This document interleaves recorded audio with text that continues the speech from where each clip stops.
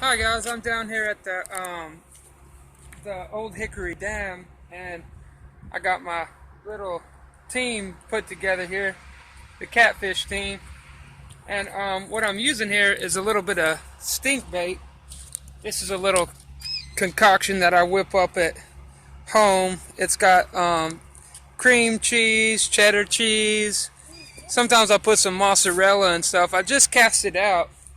I don't know if y'all are familiar with Muddy River catfishing, but check out his YouTube channel. He's got some really good advice on how to catch some fish. And the reason I said that is because I use a rig similar to him, but I use two treble hooks, just little like 8 or 10 treble hooks, little guys.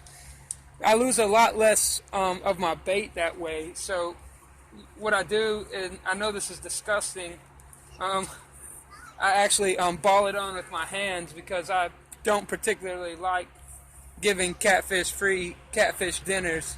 So what I use, and in Muddy River Catfishing, he actually mentioned that I actually use cattails. Now, I always explain to people, look for the sausages on the stick. This is actually a cattail. So when you, I'll kind of try to show you here. When you break these off like this, one second, they plume up. See how that puffed up, kind of like a dandelion? See, look at that. See how it's like getting really big? I just barely broke off just a little bitty piece right there. So you just stick that down in your bait like that, and then you mix it in. So if I had just melted the cheese, you can check out Muddy River Catfishing, and he shows you how to make a stink bait, and he melts down that cheese. Well, you just stir it in. You stir in those cattails. That's a little thing I learned from my dad out in Oklahoma. Now my dad is 75, so I got tired of wasting my money on these baits they sell at the stores, which you can't keep on a hook. Like it's like they don't put anything in there like to keep it on the hook. And if you can see the river I'm fishing in, that water's flowing pretty heavy. You need something on there to keep it on the hook. Now, me personally, I don't like cotton balls because they kind of gum up on the hook. And so if you imagine like when you overcook a steak and you're trying to take a bite out of it and you're just like, and you're like pulling on it and it's got all that gristle.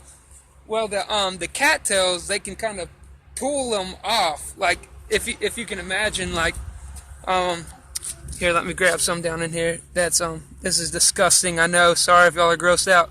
But like this stuff just pulls right apart. Now, if you don't pull those cotton balls apart just right, they're not going to pull apart like that. You see how it just pulls right apart like no problem? But it also keeps it on your hook really sturdy. So get you some chicken livers and puree them, kind of like Muddy River Catfishing did, and you mix it into, like, you melt down your cream cheese and your cheddar cheese and put some mozzarella in there if you want and melt it together, and then you just mix in these cattails here. This is actually a ripe cattail. This is one that was already falling apart. It used to look like this sausage on the stick here, but then it starts to look like this once it gets ripe. It just pulls right apart. You might have seen them before like that. Don't grab it, buddy. So this is my little catfish team. I just baited out when we started this video, so my bait's been in the water now for about 4 minutes. That barge over there a lot of times kind of messes things up because this is the lock, so they open the water. Oh, I'm getting a bite. There it is.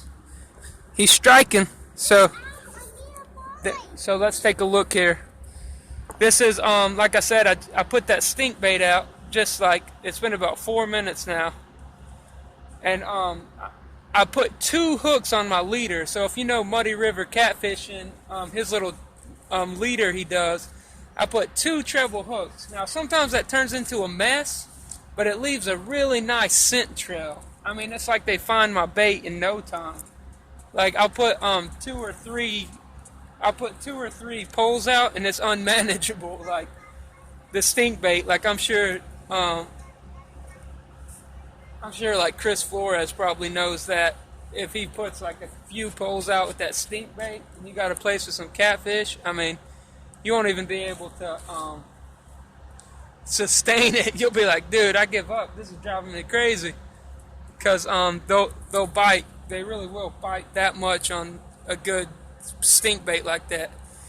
So like I said, you just mix in the mozzarella and the cream cheese. Use like 3 or 4 blocks of cream cheese and a block of like cheddar cheese and mozzarella.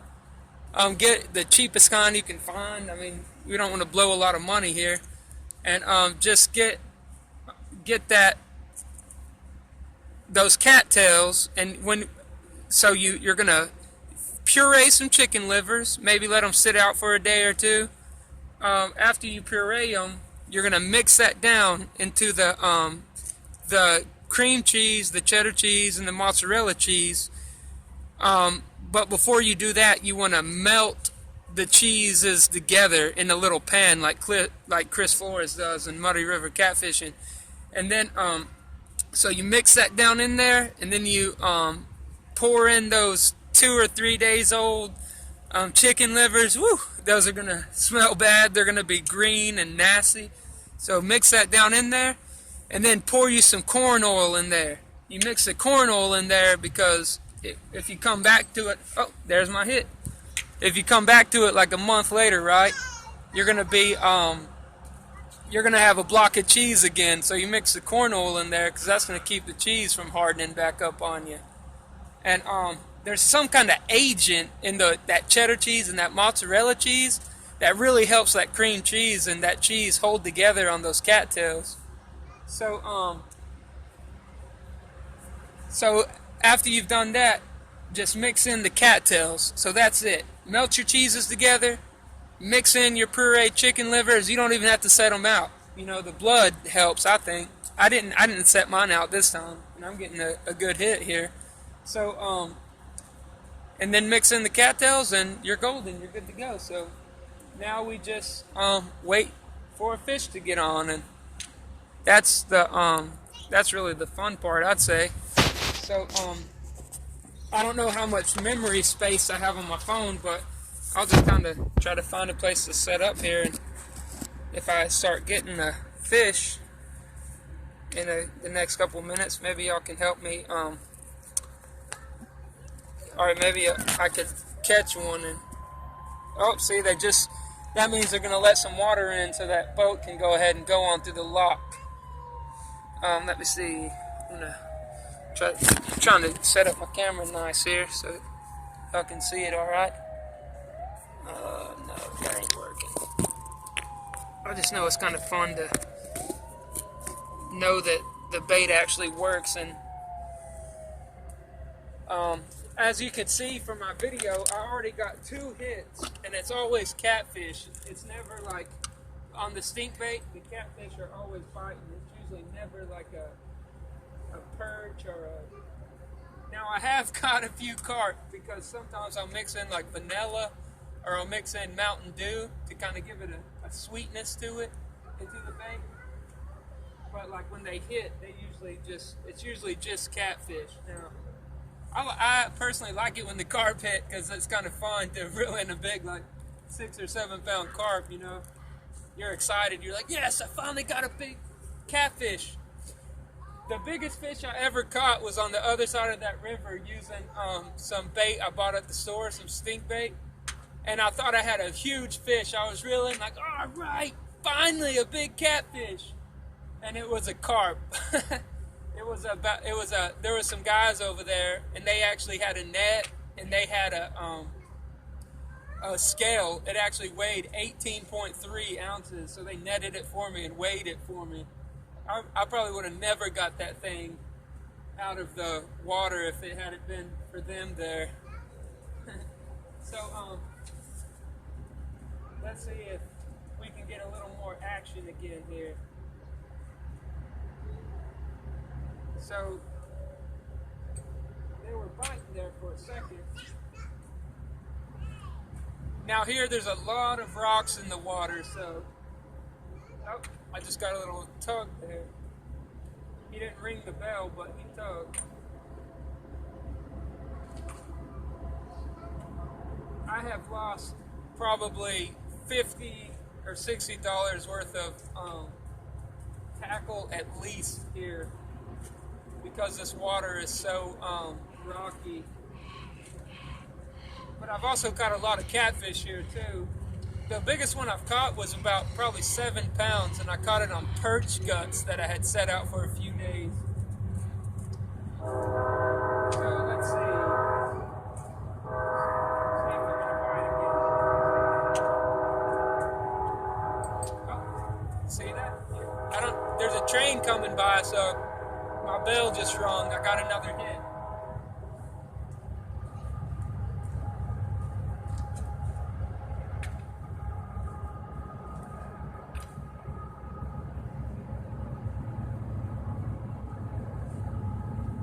Yeah, so here there's trains, there's a lot of people fishing usually. There's a boat over there, and they're letting in water and everything. So. Yeah, that's why you gotta do a park. Hey, Bubba, I'm actually making a video right this second, so yeah, go play for a minute. I'm making a video. So since I got 3 or 4 hits, I'm probably gonna reel in soon, and I'm gonna check it and see if I have any bait left, because after they start hitting it and eating on it, that's when you lose your bait. You usually won't lose it from just the current. You'll lose it from the fish when they're actually eating it. But I also don't like to reel in immediately because, oh, there it is.